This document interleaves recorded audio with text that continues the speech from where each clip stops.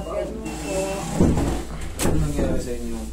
Una po nung ito, parang humiwalay yan. Tapos, mga after 2 weeks nun, humiga ako ng tagilid. Ito parang may bumaba dito. Simula po nun, pagka hihiga ako, pag-ising ko sa umaga, hindi ako makatayo ng diretso. Ngayon, pag matagal ako nakaupo ng ganyan, parang itong buong katawan ko parang ang sakit-sakit, nakaganyan na po halos. Ilang taon na kayo ngayon, mami? 60 po. 60? Opo. Ba't parang ang bilis nyo tumanda? Nangayayat kayo? Hindi Nangayayat ba kayo? po ko Rheumatoid? Hindi, ko. Wala akong sir. Ano po? Nagkaroon ako ako ng acromegaly. Alam nyo ba yung sakit na yun? Yung papaguhin niya lahat ng sa mukha mo, kamay mo, mga paa mo, lahat. Lumaki lahat yan, sir. Nag-iba itong mukha ko. Kaya nga kasi may, tingnan mo yung kamay mo, hindi pangkaraniwan. Tapos, sir, yung ang pampala nun, meron ako sa pituitary ng tumor. Sa utak? Oo, tinanggal yon. Pinadaan naman sa ilong ko yun. Ngayon, after nun, ang naging komplikasyon ko is hypothyroid. Thyroid po ako, kulang ako ng iodine. Opo. Kaya naggagamot po ako ngayon. Ano lang daw yan mga seashell. Yan ang Mahirap naman po sa akin, sir. Minsan kasi, galing ako sa uric acid Nagamot na rin yun, pero bumabalik. Kaya iwas ako ng protein. Oo, konti lang po. Tumitikim ako, pero hindi ako makarami. Minsan sa gatas ko na lang po, tsaka itlog dinadali. Kasi yun nga, kakaiba yung ang bilis ng nyo. Kumbaga, may kakaiba ako napapansin. Kaya yung pala. Naputla ko, kulang ako sa iodine, sir. Yun, kaya yun ang gusto ko sabihin. Meron sir, sobra ako sa iodine, kaya lang nasa labas daw ng dugo. Ano po yung sakit? Pero nga ng cellphone. Ano po yung sakit nyo? Wala po akong acromegaly. Naibihin ko muna. Tignan ko kung po pwede. Kasi pag mga first time ko maka-encounter ng mga kailangan mag-research muna ako about sa baka mamaya hindi po pwede yung method ko sa inyo, mas lalo lang kayo maging worse, kaya kailangan hindi naman siguro, sir. Hindi naman siguro kasi nakita ko kayo kung paano kayo mag-handle ng mga kaya nga very maingat po tayo. Ano po yung sa inyo? Acromegaly. Wala po talaga kayong acromegaly disease. Yan, titignan ko po muna kung ano yung nagiging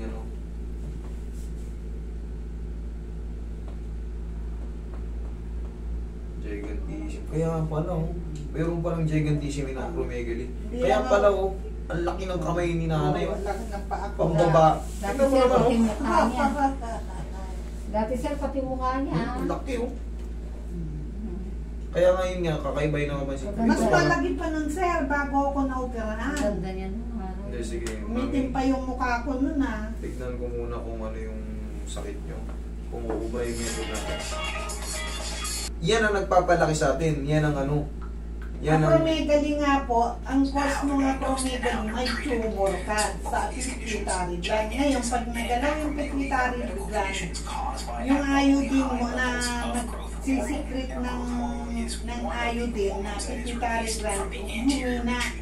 Kaya ngayon, ang naging cause, hypothyroidism. Kaya ngayon, nag-aano ko ng iodine para sa sarili ko, sa gamot. Small sac-like gland that is below the hypothalamus.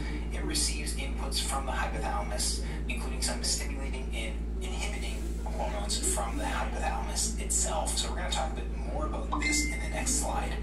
Now the difference between these two conditions all has to do with the timing of when a person is exposed to high levels of growth hormone.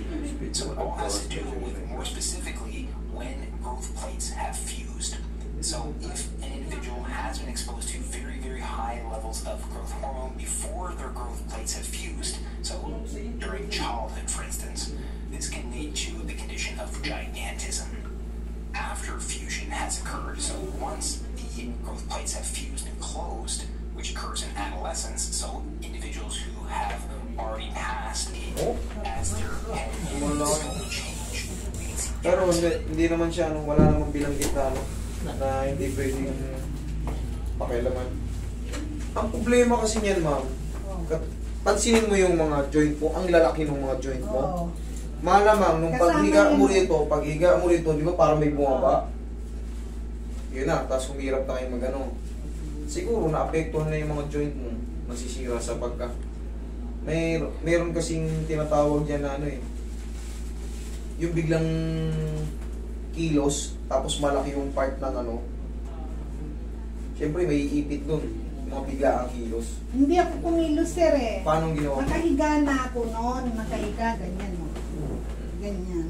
Tapos parang bigla, matagal pa, bago parang naramdaman ko parang may bigla bumaba. Ganun.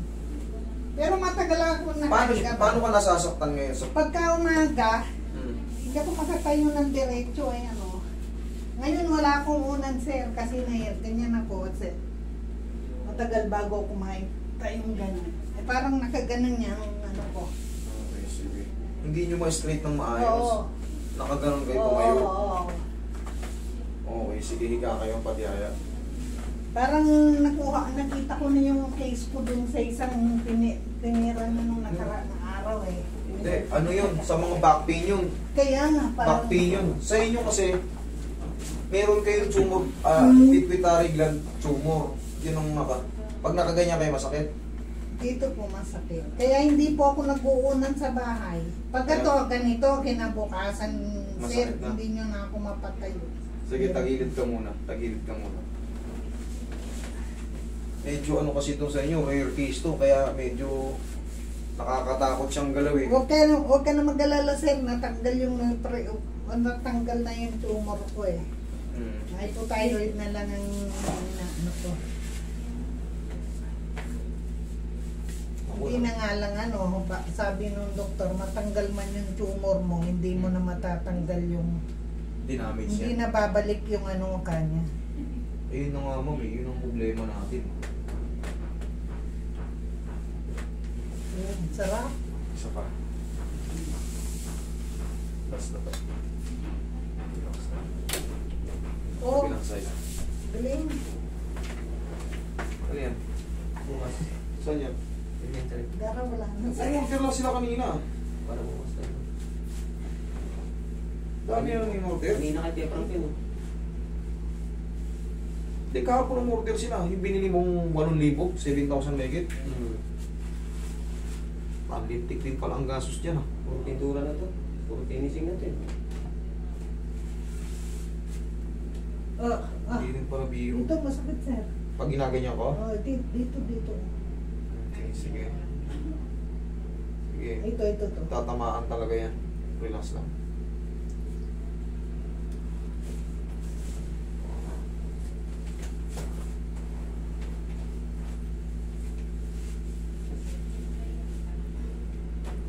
Yun.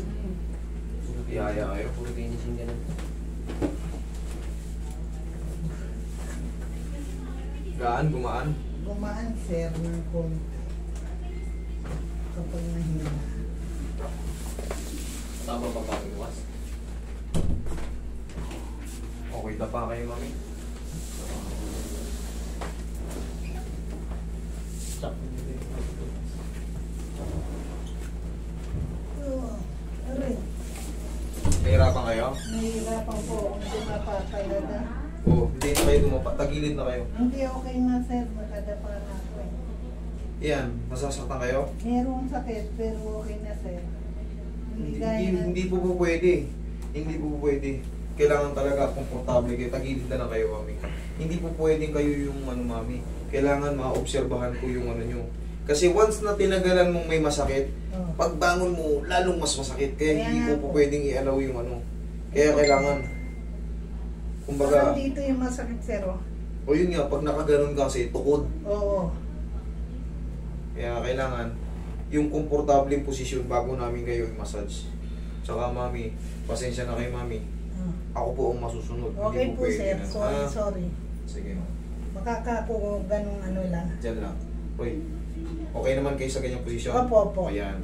Kailangan komportable kayo. Kasi mas madadamage kayo pag may tinitiis kayong kirot sa posisyon. Once kasi tumagal yun, tapos makompress pa yung mga ugat dyan na naiipit lalong magsuswell yun. So baka paglabas nyo rito, namamaga na kayo. Kaya kailangan matansya namin yung komportable kayo, doon tayo pupwesto. Okay lang kayo dyan? Okay, sir. Okay, good.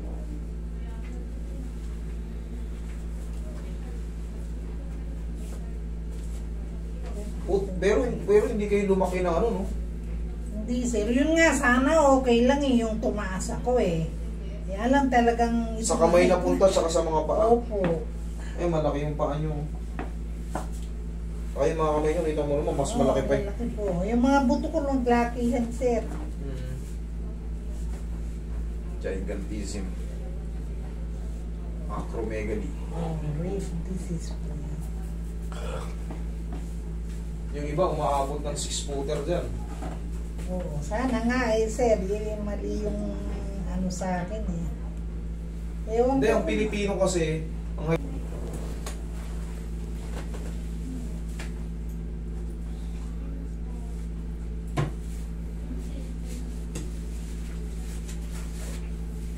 hindi ko na kayo tatractionin, dadayain ko na lang ng mamaya pag anong pangat. Kasi, sa brain yung damage ni mami, sabihin na natin na ano na yun, pero mas maganda yung safe pa rin, baka may maging reaction pag tinraction ko. Kasi makakatak yan dito, yung mga artery niyan dito, tsaka yung buong cervical mo mas affected pag hinatak. Eh di mas maganda kaya ako yun, sir, para maunat naman yung akin. Iba yung sa inyo, hindi yung compression dito, nasa pinaka-circle ay sa pinaka-core ng ano. Dito, sir, o dito sa may... Nasa pinaka-core. Mami, hindi ko alam yung magiging reaction nyo dun eh. Pag-aralan ko muna ng maayos yung ano, kung pwede siya sa ano. Ako kasi, hindi ko na maibabalik yung madadamage ko sa inyo. Kaya very careful ako, lalo kung hindi ako familiar sa isang ano. Pero kung mga kagaya niyan, namamaluktot kayo kasi sa mga disc problem, naku, hahatakin mo kayo. Pipilitin ko kahit magdalawang traction pa tayo, walang problema. Pero kasi sa inyo, iba to. Rare case to, iba to. Hindi siya basta-basta disc problem na mga herniation, na talaga namimilipit dito dahil sa mga desiccation, protrusion. Mas kabisado ko kasi yung ganun eh. Ito kasi mami, pasensya ka na, hindi ko to kabisado. Tsaka pang ano to, pang expert talaga to, tong case mo. Pang ano to, pang mas malalim na pagsusuri. Pero kung normal back pain lang to, Meron nga ang pinapupuntahan yung sister ko, sir, ganito din sa inyo eh. Sabi ko doon na ako kay sir kasi mas mahusay yun. Nakita niya sa akin kung ano. Ay hindi, sabi ko doon na ako. salamat po sa pagtitiwala. Dito naman, makakaasa kayo na magiging safe kayo kasi syempre, hindi ko kurtit tinatanggihan ay hindi para rin sa inyo yun kasi pagka talagang hindi ko kabisado, medyo inaano ko pa muna. Pag nag-chat kayo dito sa amin, mag-update kayo sa amin. I-update ko rin kung ano yung napag-aralan ko dyan sa inyo. Ha? Opo, sir. Pero po, ito lang magiging stretching nyo, di ba? Nahihirap. Ngayon, pwede na naman kayong umano yan. Pagka ganyan, may tumatamas, may lumubog, di ba? Parang naramdaman nyo, may kumalaw. Gagamitin nyo lang yan, nakaganyan kayo. Yan ang stretching nyo. O kaya, sa tayo, sige tayo kayo. Okay. Yan. Yan ang magiging stretching nyo. O kaya, kapit kayo sa ano, o sabihin na natin nakakapit kayo sa grills. Sipa nyo ng para tagilid. Yan. Yan. Yan. Lakad kayo. Okay naman, lamas ang... Oh, bilis na pala kayo eh. Tuhod, sir. Yung tuhod ko masakit. Tuhod nyo naman. Sige, higa kayo ulit. Yung ano ko lang, yung na kubagyos nung nakaraan sa Sasabihin ko yun. Hindi ko pa ito na ano yung tuhod nyo eh. Dito, kanan ba? Opo. Iyan, okay naman na. Opo. Hindi ba sakit? Okay, good. Kanina may masakit eh. O, kita nyo? Naayos kayo ng safe. Kasi pagka hinula-hulaan ko yung ano, pag may mag-react sa inyo, nag-blackout kayo, hindi ko na may babalik yun. Kaya kailangan very careful tayo. Kasi brain problem, very careful ka talaga dyan. Kasi baka pag nag-react yan, nag-blackout kayo, sa tingin nyo, kakayanin ko pang ano, wala na. Ma-apekto tayo lahat. Siyempre magagalit yung family mo sa akin. Siyempre, hindi ko na may babalik yung pag na-damage ka. Kaya kailangan careful tayo. Kaya huwag nyo isipin tinatanggihan ko kayo dahil hindi ko kaya. Hindi ko talaga kaya pagka very rare yung mga tumatama. Kailangan kasi mapag-anuhan ko muna. Ma-review ko muna. Kaya mami ha, tingin t-shirt ko. Pitikin ko lang po. Yan, may sumasayad. Aray-aray tiis ang tawag dyan. Gusto aray-aray tiis. Pansin niyo? Oo, parang may tumatabay na. Yung. Naalugin lang natin yan.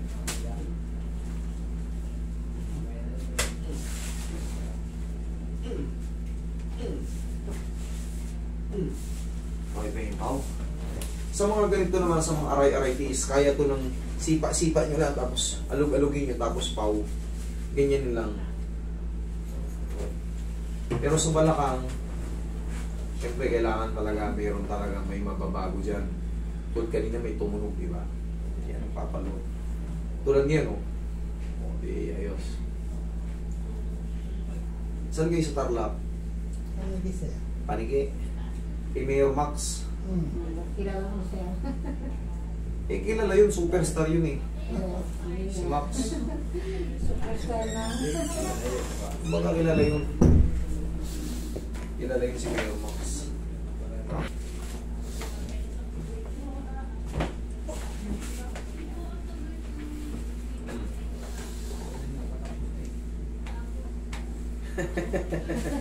Okay, sige.